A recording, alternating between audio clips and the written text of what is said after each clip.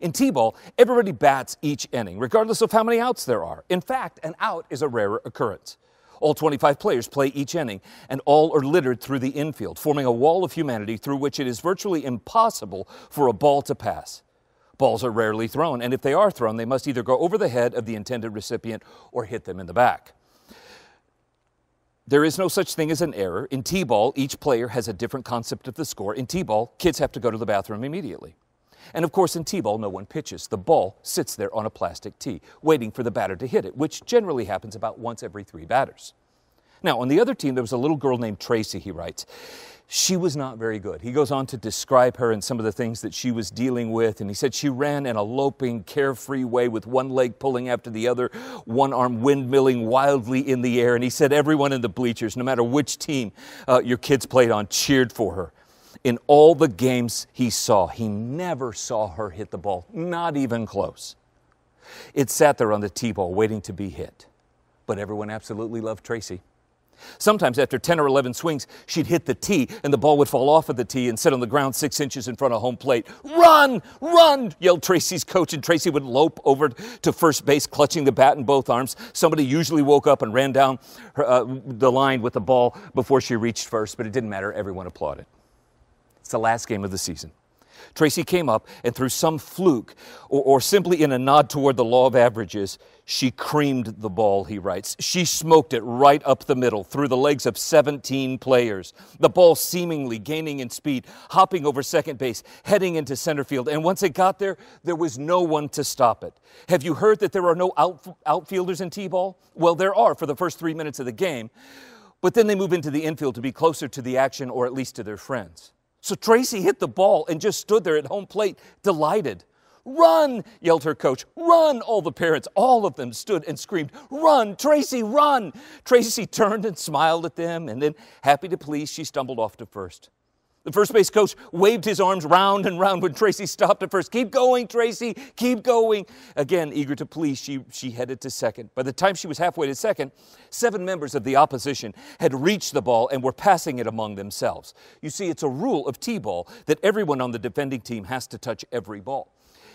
Tracy headed to third. Adults are falling out of the bleachers. "Go, Tracy, go!" Tracy reaches third and she stops. Her coach is standing at home plate calling her as the ball passed over the first baseman's head and landed in the other team's empty dugout. "Come on, Tracy!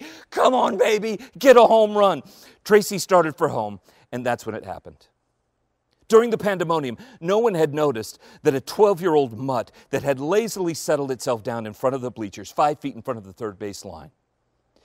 As Tracy rounded third, this dog, awakened by the screaming, sat up, wagged its tail at Tracy as she headed down the line. The tongue hung out, the mouth pulled back in an unmistakable canine smile.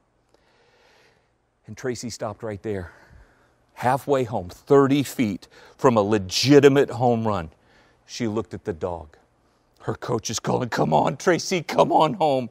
He went to his knees behind the plate, pleading. The crowd cheered, "Go, Tracy, go!" She looked at all of the adults. She looked at her parents, shrieking and catching it all on video. She looked at the dog. She looked at her coach. She looked at her parents. The dog wagged its tail. She looked at home. She looked at the dog. And then everything went into slow motion. And Tracy went for the dog. It was a moment of complete stunned silence. And then perhaps not as loud, but deeper, longer, more heartfelt. They all applauded as Tracy fell to her knees to hug the dog. He writes, on that day, 2 roads diverged on a third baseline, and Tracy went for the dog. Now, gang, I understand that the concept of the Sabbath is rich and complicated and so much more than the story about a little girl and a dog. And I understand that these days we've got to start working. We've got to start figuring out how we're going to move back into this world. God has big things in store for us. I guess what I would just say to you is that there's much for us to do. But on 6 days of the week, the world is going to tell us to run. The world is going to tell us to run up the score. The world is going to tell us to work really hard. But on the 7th day, On the seventh day, we are to rest. On the seventh day, we are to intentionally stop and to remember the God who has made us for eternity. Sometimes in the rhythm of our week, sometimes just in the rhythm of our day, in the push and pace of our lives, maybe in the rhythm of a holiday or the entire summer. There are just some times when your best choice is to go for the dog.